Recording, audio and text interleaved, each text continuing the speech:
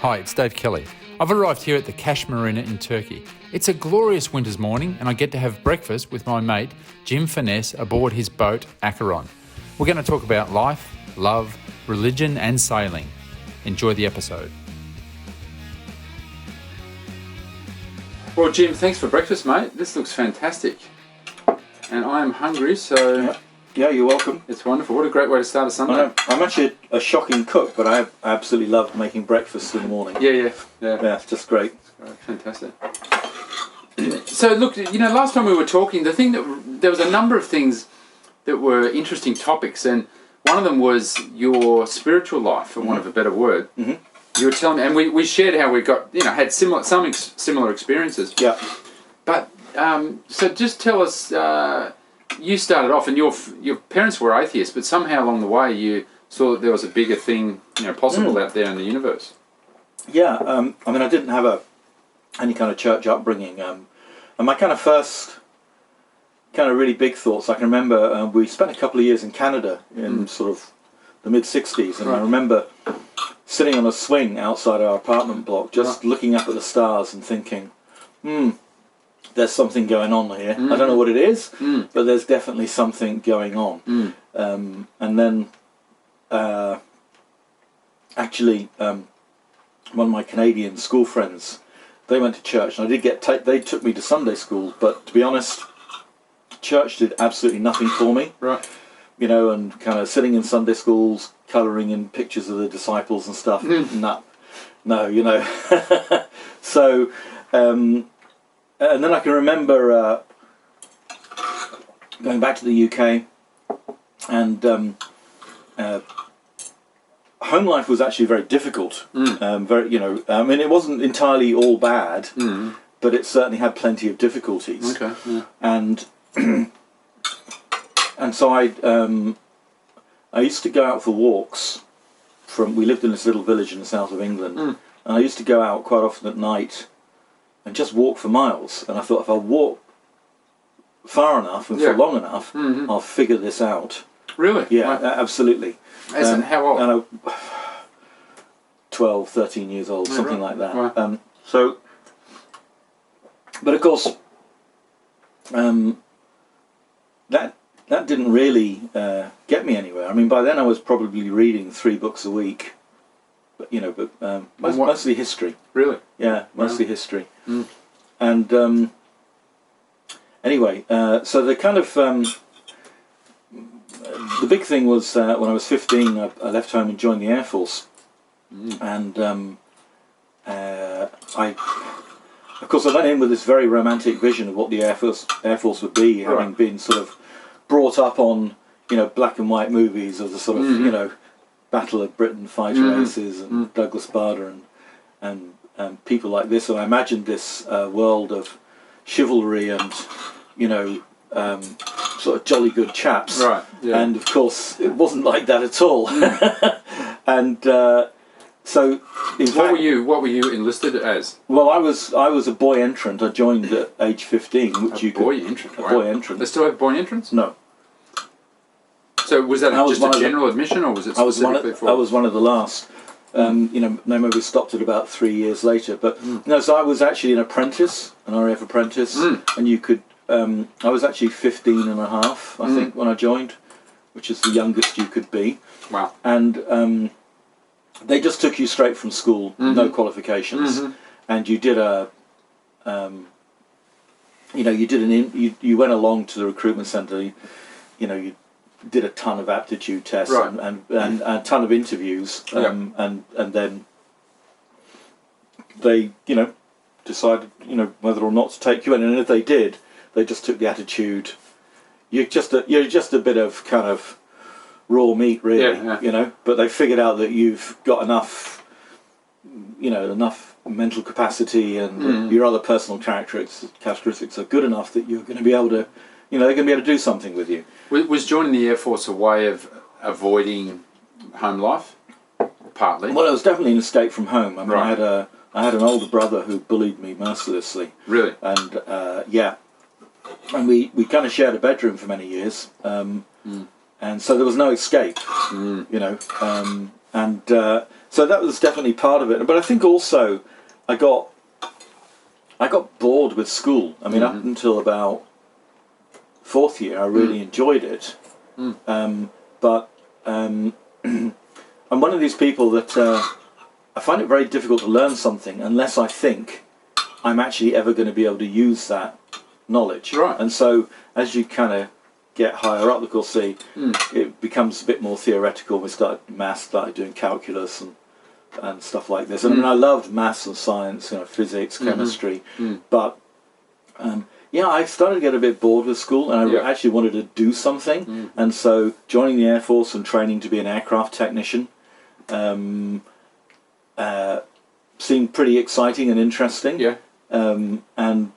So I signed up to train as in those days it was called a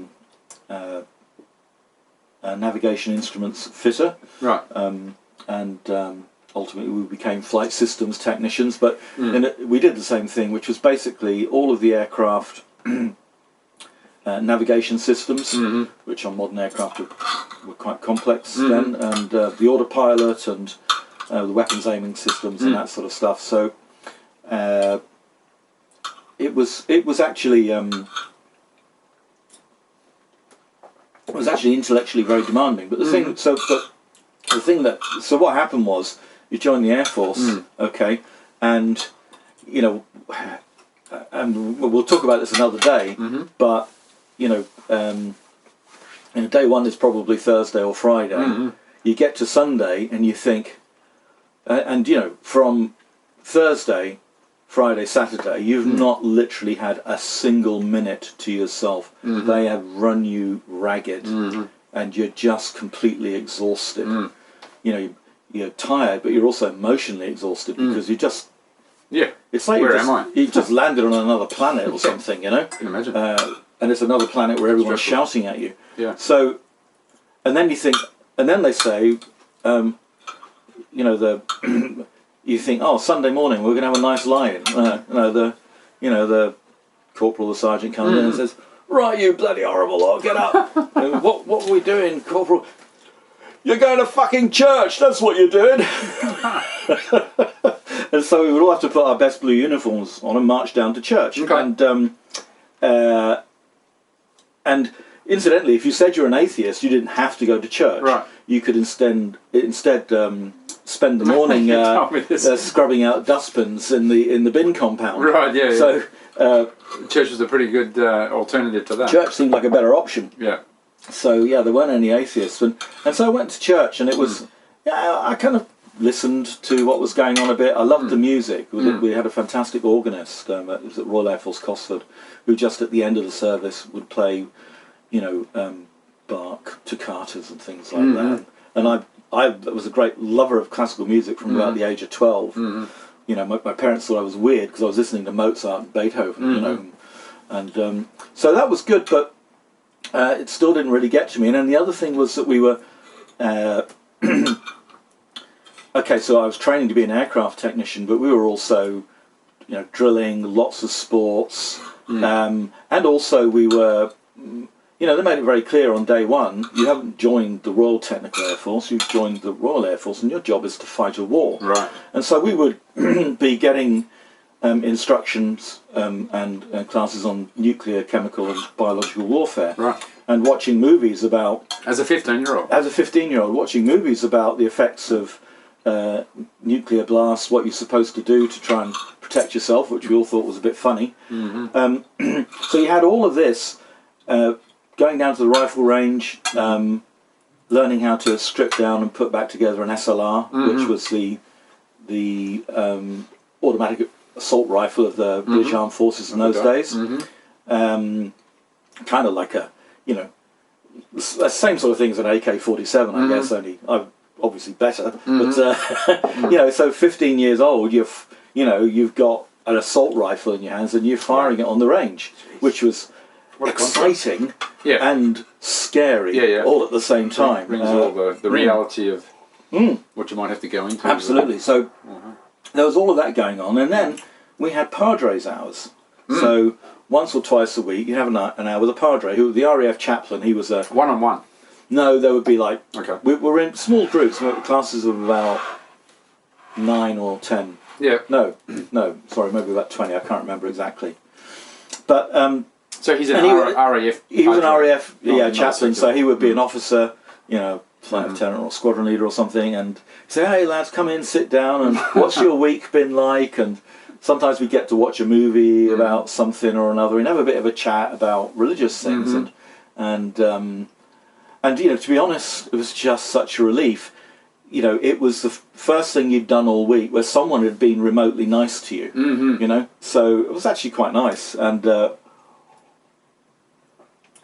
they did confirmation classes, and I went to a few, but I just decided it was, this is rubbish. I'm definitely convinced there's something going on in the universe, but I don't think that the church has got any of the answers. Right. And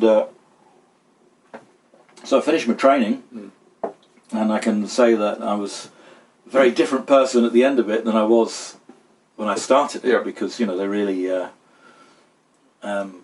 put a bit of steel in your backbone, I guess. Right. And I went to my first posting, which was an RAF station up in Kinloss, up in the north of Scotland, and I managed to wangle that posting because by that time I got into mountaineering, quite serious mountaineering, and quite serious rock climbing. And of course I just said, hey, can you send me somewhere where there are mountains?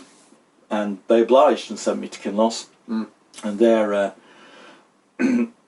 I was going into a barrack room, and there were sort of like 4-man rooms, and you just go and find a room with a spare bed and dump your kit, and that's it. And there happened to be in that room a guy who was a Christian, obviously a kind of evangelical Christian. Right. So it was from his point of view, he was quite open about that, or the impression I had is that that's maybe something that goes very stealth, and you don't easily admit to. No, I mean, he had posters on the wall, really, and so on. Jesus posters, kind of, thing with a cross and everything. Oh, really? I thought, okay, he's in the God Squad, Yeah, okay.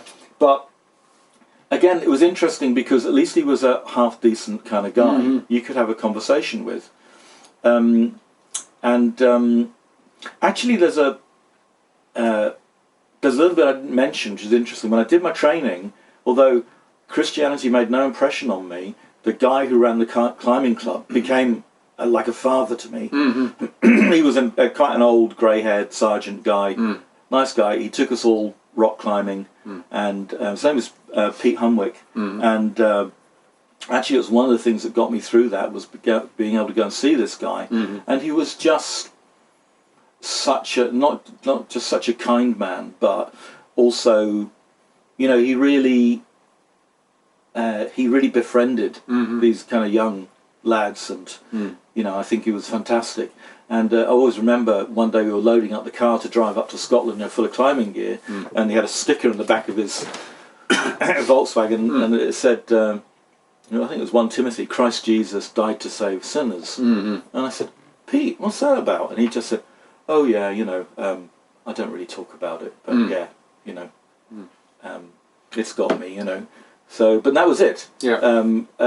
But anyway, so not too evangelical. Not at all. No, I mean, and he's actually he was like Mr. Wheeler, and he was like the kindest, nicest, gentlest person you could ever imagine until you put him behind the wheel of a car. Right. He turned into this raving lunatic. Right. And we were all far more scared of getting killed on the journey to the mountains than we ever were of climbing them. Yeah. But I should eat my breakfast really. Yeah, it's going to be. It's going to be cold. You got many great stories. So I'm sorry about your breakfast. Yeah, it's okay. Anyway. This is actually my breakfast with Jim. Yes, it is. Jim's I'll have a break. I'll heat it up and have it when I'm finished. So, so I started chatting with this guy, and I talked to him. Your roommate. I talked to him for a year, and I spent that year pretty much trying to persuade him that he was wrong. And he, talked to me a lot, and he gave me various books to read, and I kind of read them, and some of them were quite interesting. But in the end, he kind of shoved into my hand a copy of John's Gospel and said, "Look, why don't you read this?" And so I read it, and it was interesting because, of course, this was 1973, you know, and we were still reading the King James Bible then, with all the these and the thous and everything. But I read it, and just even the opening of it, in the beginning was the Word, and the Word is with God, and the Word was God. Yeah. I thought, oh wow, hang on, this is really completely different. It's completely different from the other Gospels. It doesn't go on, doesn't even bother talking about the birth of Jesus. Yeah. Doesn't bother talking about the genealogy. Yeah. It's the kind of Star Trek Gospel. It's kind of got this immediate kind of cosmic kind of angle to it, and it was so profound just reading that. And I read through it, and as I read through the Gospel, I kind of started to realise, okay, what Christianity does do very well is it explains the human condition. Right. And that's something I've been trying to figure out for a long time, you know. And so it explained the human condition. It started to make some sense. And then I must have gone on to read Acts and St. Paul, you know, and I can't remember verbatim that whole thing about, oh, woe is me, for the good that I would do, I do not, and the evil that I don't want to do, I end up doing. And I thought, yeah, that sounds about right. And so I got to this point where I thought, yeah, okay, this makes sense now, and I'm going to become a Christian. So, you know, what do you do? Well, I knew that what you're supposed to do is pray about it. Yeah. And so I composed a kind of prayer, and when I think about it now, it's quite funny. You know, but I said, it went something like, you know, well, God, you seem like a pretty decent sort of chap, and I've decided to become a Christian, which I'm sure you'll be really happy about. Oh, yeah. You know, I'm quite smart and intelligent. Yeah, absolutely. You know, I'm a pretty good guy. I'm fit, climb mountains. Pretty good looking rooster. Well, maybe not. But I read the Daily Telegraph. I'm good with the ladies. Yeah, I listen to classical music. No, I wasn't good with the ladies. In fact, the ladies weren't in existence then. Right. Yeah, on an RAF base of 3,000 guys. But anyway. And so I said, you know, so I'm going to be a massive asset to the church, you know, and, well, here I am, you know. And I sort of thought, well, something's supposed to happen, isn't it? Yeah. You know, something's supposed to happen. Okay. Over to you guys. I don't know, yeah, that's right. Yeah, the ball's in your court now. Well, nothing happened. And nothing happened for quite a long time. Oh, really? Yeah, nothing happened. As in hours, you mean, or as in months? Months. Okay. Yeah. So as time went on, and I was still talking to this guy, Tim. Yeah. Okay, I've made my decision. I wanted to become a Christian, but you know, I couldn't get past go, because I sort of knew that I understood something. You had to have some sort of inward experience or something. I didn't know what it was, but so after about 3 months, I got to the point of desperation. And a few things had happened in the meantime. I'd fallen off my motorbike. I probably had a scare climbing a mountain somewhere up in the northwest of Scotland.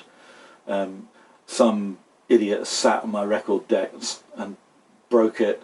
You know, so kind of there's a lot of frustrations going on at the same time, and so I thought, okay, you know, I've had enough of this, and I've got to the point where I can't go on, and. So I decided to pray about it again, and about 4 or 5 in the morning I woke up and I thought, right, I'm going to pray about this now. So I got out of bed and I knelt by the bed, and I put my hands together like this, in the way that you're supposed to do it. As the picture said. And I had a good look round just to make sure that everyone else was still asleep, because there's 3 other guys in this room. And, you know, whatever else you can say about RAF culture, man, if somebody sees you kneeling by the bed praying, you're never going to live that one. Yeah, you're never going to hear the end of it. Anyway, everyone was asleep. And so, no big fancy prayer this time. I just said, oh God, I cannot live another day without knowing you. Please reveal yourself to me. I had a bit of a look round. Everyone was still sleeping. Thank goodness for that. Crawled back into bed, and I went to sleep. And so the next day, the following day,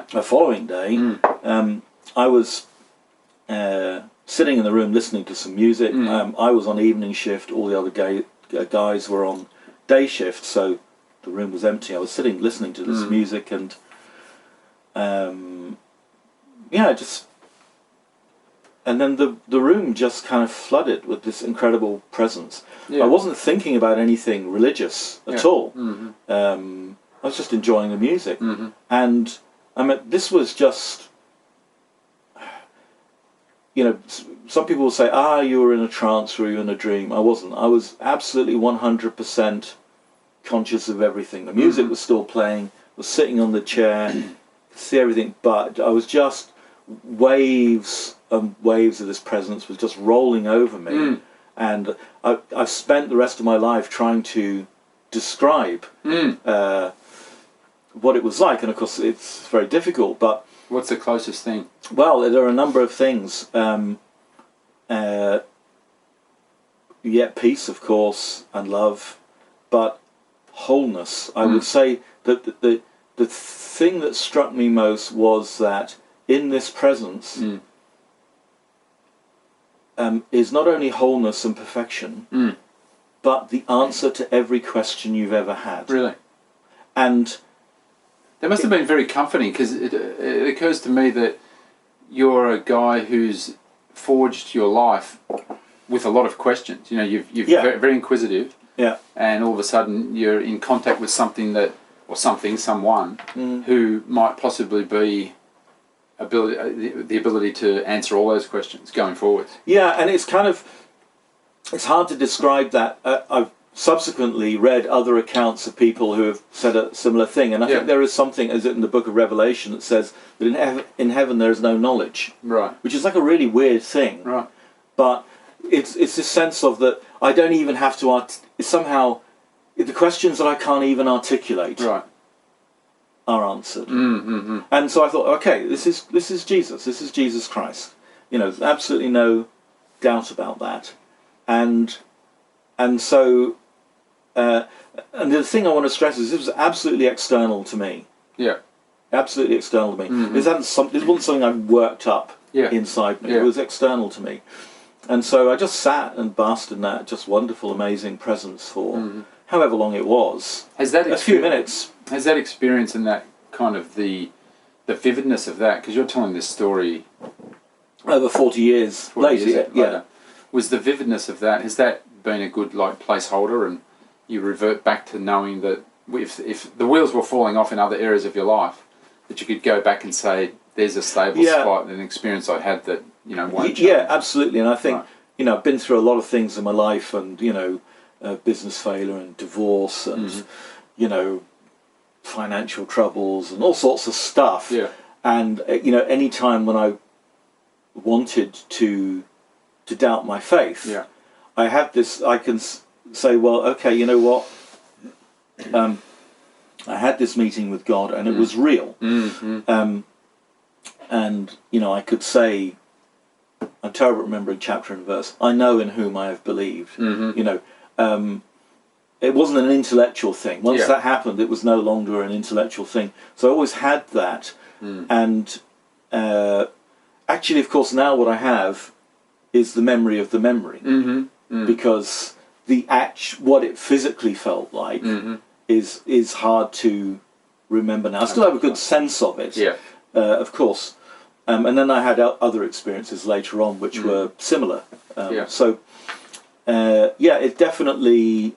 it kind of, I think it was vital, because without that, all it would ever have been would have been a series of arguments, some good arguments, but a series of arguments which would propose that this is the way the universe is ordered, and this is how you need to lead your life. And that's fine, but that was never going to be good enough to sustain me in the long term. Because someone else can come along with another argument that can sound pretty good. But when you kind of had this meeting, it's kind of like, okay, there's more to this than words. Just, there's more to, logic and argument. And so I think that was that was a pretty vital thing. So that kind of surpassed any it must have had a sustaining power to it in the Yeah. sense of the experience. You can't. Yeah. I think I know what you're saying. Is that when you have an experience of something, someone could come in with an argument that could maybe trump it, but it never is going to take that sense that I've had. It's Yeah. like, well, I can't. Okay, you might be smarter. You might have a better argument. You might have thought through. You might have history on your side or whatever. But no one's going to take this experience I've had away from me. And actually, what I do remember, Yeah. and I remember from some subsequent experiences, was that when you're in this presence, you realise this is more real, this is more concrete, this is more permanent than this world that we're in now. Right, this is more concrete than the chair I'm sitting on. Right. Yeah. In the sense that that's almost like an eternal Yeah. thing, whereas this boat could be, it's got a life of 40 years or whatever. Whatever it is, yeah. That's right. And but that was the thing. And again, it's kind of hard to get your head around that. And I realised that whatever this eternal world was, that this is actually more real than our normal day-to-day existence, than our temporal existence. I mean, I don't want to start dressing it up in religious words, and that was a fantastic thing. And I kind of realised from that point going on that the spiritual life, the spiritual world, is right there. It's right here now. And there's this kind of thin membrane that's separate between us and them, or a veil. And what happens is every once in a while you get an opportunity to just pull open a little crack, and you get a little glimpse of this other world that's actually right there. Yeah. So what happened after that? You just presumably after that experience so vivid, you just took off. Your life came together. You started making millions, and you were attracting all the women you wanted to, and you were driving your Land Rover. Or yeah, if only. No. So what happened was, it was interesting that everything changed. We talk about in the talk about the scales falling off your eyes. Well, literally, all my senses were heightened. So Really? literally, the sky was bluer, the grass was greener. Yeah. Everything was more vivid. It was like a switch had been turned You had on an upgrade. somewhere. Had a software upgrade. I had a software upgrade, and I was super aware of other people around me. What they were. Sometimes I would meet people and I would have a very deep sense of what they were about. Right, you mentioned that to me, that you have a sense of. You think that's been a guiding thing in your life, to have a sense of. Well, I mean, I think it's been helpful at times. Yeah. I think it's been helpful at times, but so there was that. But I think the great thing was, and everyone could see it, I was just so happy. Yeah, right. I had such a kind of deep peace and joy, which I couldn't possibly fabricate. Make up. And I remember actually back to having a cup of tea with this chap who ran the climbing club in Cosford, and I was just pouring out my heart to him about how hard everything was, and because I was this kind of sensitive guy in a very rough environment, and he said to me, Jim, one thing about you is that you because of who you are, you experience real depths of difficulty and pain, and he said, but it also means you have the capacity to experience joy, right? And it's like a positive thing at a greater level as well, right? And so yeah, and I went on with that, and everything was pretty good. You keep mentioning women, and my downfall was a woman. And actually, there's a bit of the story I have completely missed, which is actually rather important, and that is, of course, that. Okay, so I'm sitting in the room. I'm surrounded by the presence of God, and these waves of peace and love are rolling over me. This is all fantastic, and then it kind of went away, and so as I sat there. Then the room filled with another presence, and it was unbelievably cold and menacing, malevolent, I would say. And this happened pretty much immediately after. And I was actually really scared. I was pretty terrified, because I was sitting here in the chair, the music's still playing. I mean, this is kind of like, you know, the music's still playing. I'm sitting in this chair, and then this thing is in the room. Right. Wow. Well, I can tell you, this thing was just as real as the. Oh yeah. Yeah. Yeah, and the exact opposite of what I'd just experienced. And I was so scared, the hair in the back of my head stood up like a dog, and I couldn't move. Wow. So I kind of sat here and I thought, well, okay, so I've just met with Jesus. This must be the devil. It's turning out to be a busy morning. And so I didn't know what to do or say. Eventually I just shouted something out. I shouted something like, "Oh God, help me," or something like that. Yeah, yeah. And then this nasty presence just really disappeared. Wow. So Gee, that kind of set the scene, and I kind of figured out that, you know, what was happening there was that it was kind of like the devil was saying, "Okay, Jim, until now I've been content to leave you alone, but just to let you know, buddy, you and I are in contention with each other now. Right.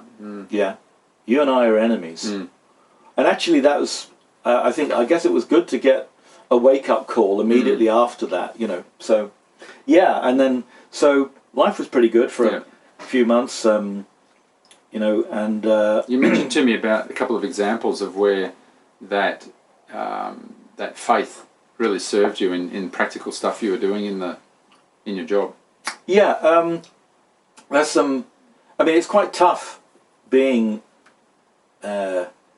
It's quite tough being a Christian in the armed forces at any time, and in that time, you know, I don't know whether it's any easier now than it was then, but you know, you got a pretty hard time from all of your mates. They just relentlessly took the piss out of you, and looked for any opportunity to bring you down, any crack, any chink in your armour where they could say, you know, you're being a hypocrite or you're being inconsistent, you know. And so it was pretty hard. And one really nice thing that happened was I was working on I was a technician on a frontline RAF squadron, servicing Nimrod aircraft. And Nimrod was a big anti-submarine aircraft. And this was during what we called the Cod War, which was a little disagreement between the UK and Iceland over fishing rights, which of course is quite relevant at the moment, one way or another. But so we were flying lots of sorties. Our aircraft were going out, monitoring the Icelandic fishing boats and trying to protect our fleet. And but anyway, we were on the back of the Nimrod. There's a sensor array that is in a fiberglass dome, sticks out from the back of the tail. And we had to change the sensor system that was inside this dome. It had failed, and so we had to get the fiberglass dome off first. So the back of the aircraft's quite high up. This is an airplane about the size of a Boeing 737. Right. So we had it was either a cherry picker or a set of aircraft steps right up underneath this, and there was just room for about 3 guys on there.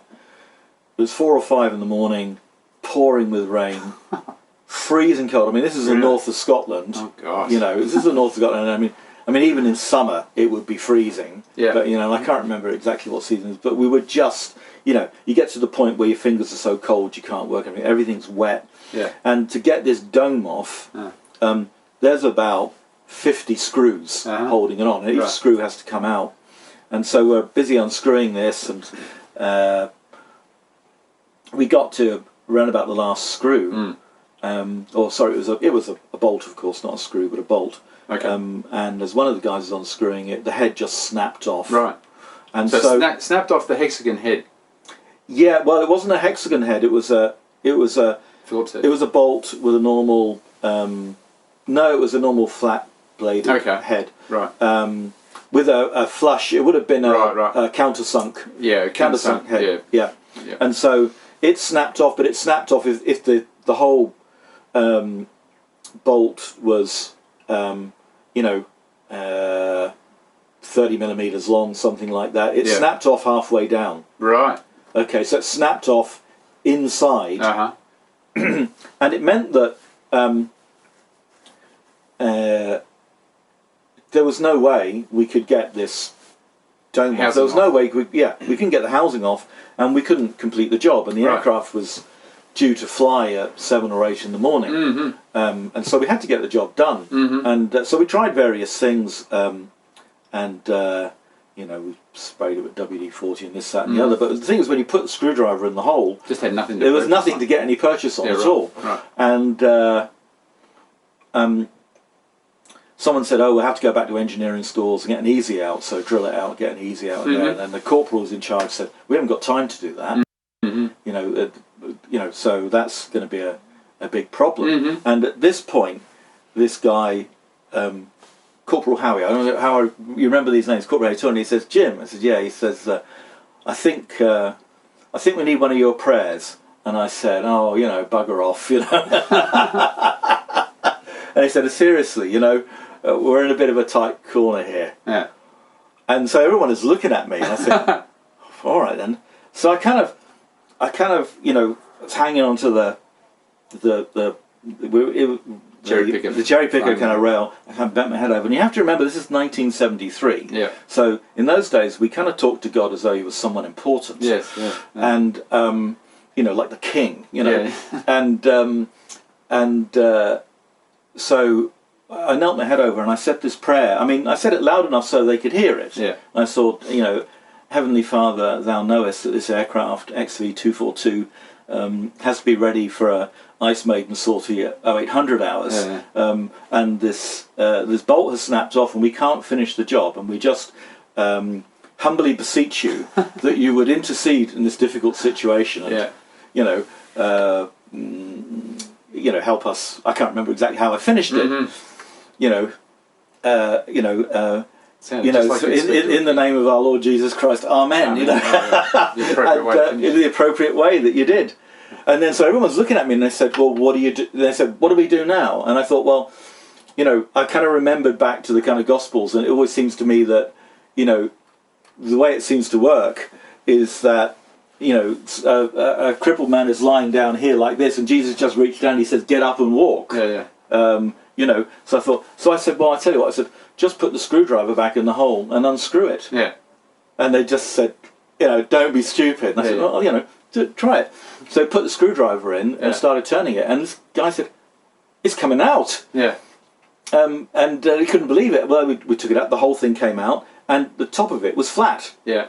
I mean, there was just nothing to get a screwdriver on it to turn it. Wow. So it was a flat surface, so there's no way in which there's no way. a flat screwdriver... No, it was going to get it out. Bearing in mind, so the screw came out, and, well, there was a bit of a stunned silence. Yeah. And then nobody said anything, so come on. Very good. Yeah, let's just get this bloody thing off. And, get out of it. No, sort of... No, nothing like that. Yeah. Nothing like that. And I didn't really say anything. And... nothing was said about it. Yeah. And a couple of days later, we were on day shift, and what we used to do on a day shift is at lunchtime we'd book a Land Rover out of the MT pool and drive over to the local pub and have half a pint of lager and a game of darts. And so we went into the pub. Pardon? And lunch. Yeah, I guess we did. I could, yeah.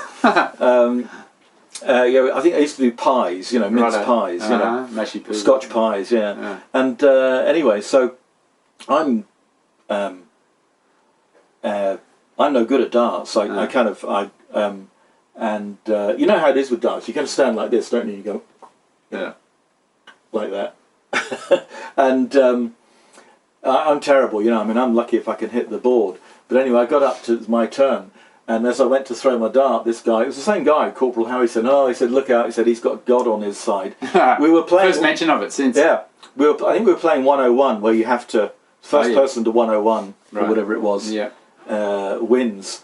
And, he said, "Look out, he's got God on his side." And I laughed. And I actually wasn't even looking at the board. I was actually looking this way. And I threw the dart like that. And there was this huge roar of laughter. When I looked round, the dart had gone right in the centre of the bull. So, and I think that... what did the corporal say to that? Well, everyone just... everyone just fell over laughing. And again, nothing was really said. Right. But I think that... I think that what I really got from that was that... two things. actually, prayer is a real thing, and that God does really answer prayer. Obviously not always in the way you might imagine, but God does answer. So prayer works. That was the first thing I got. And the second thing I got was that God has a sense of humour. And why wouldn't he? Because, if man is supposed to be made in the image of God, and we all have a pretty highly developed sense of humour, then why wouldn't God have a sense of humour? Yeah, makes sense. So So is that has your active faith in God, how's that changed over the years in terms of the way in which you live your life? Clearly you're living on a boat now, so not possible to duck into the local Turkish evangelical church on a Sunday morning because there aren't any. Breakfast with me instead. Yeah. Well, I mean, it's changed quite dramatically over the years. I mean, of course, when I first became a Christian, everything was very black and white. Yeah. And I was right into John 3:16. Right. For God so loved the world. Blah blah blah.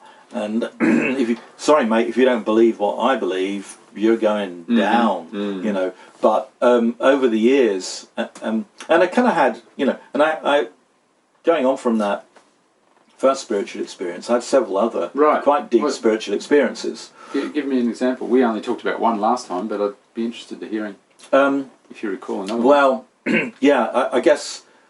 So there were two pretty significant ones, but I think that the one that I'll tell you about was many years later. I was still in the Air Force. I was in a lot of difficulties by then. I'd married this kind of crazy psychopathic woman, and life from one day to the next was just about survival.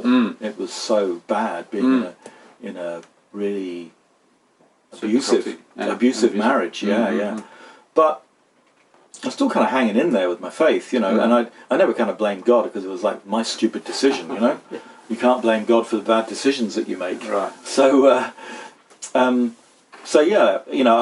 would say at that time, there was certainly spiritually life was very difficult. But there was a knock at my door. I lived in RAF Married Quarters, which is kind of like the base housing scheme. Okay. There was a knock at my door one morning. And it was a guy next door, and he said, "Hey, Jim, how are you?" And I said, "I'm fine." He said, "Jim," he said, "you're a Christian, aren't you?" And I said, "Yeah." He said,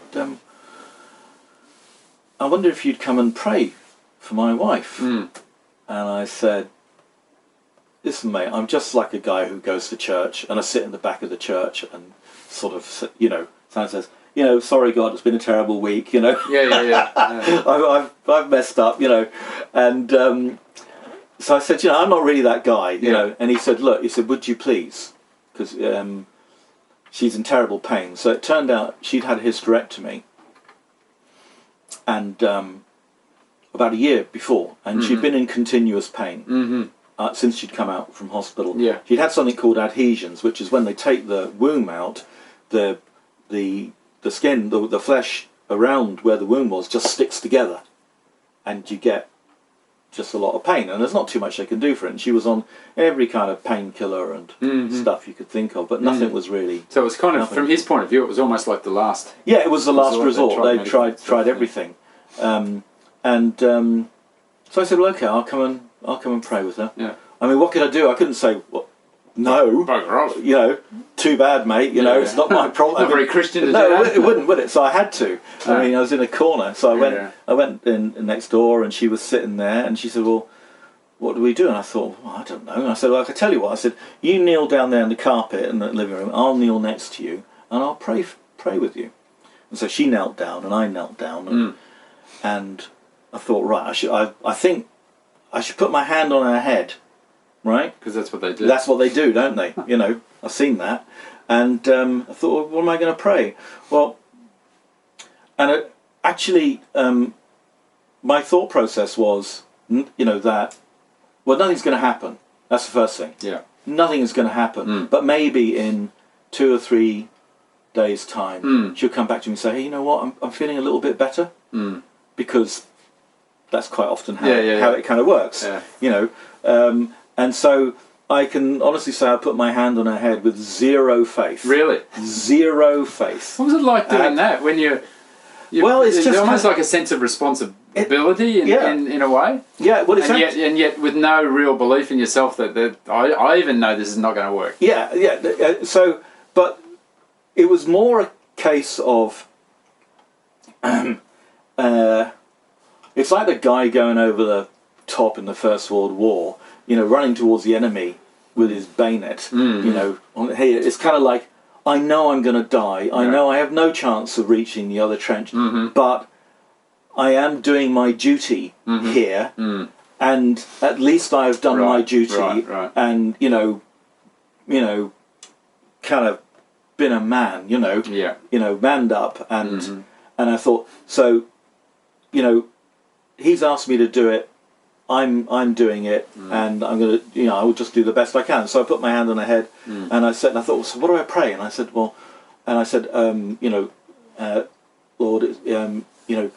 Jesus said, if you lay hands on the sick and pray for them, that you'll heal them. So I said, so I'm calling in that promise now. Yeah.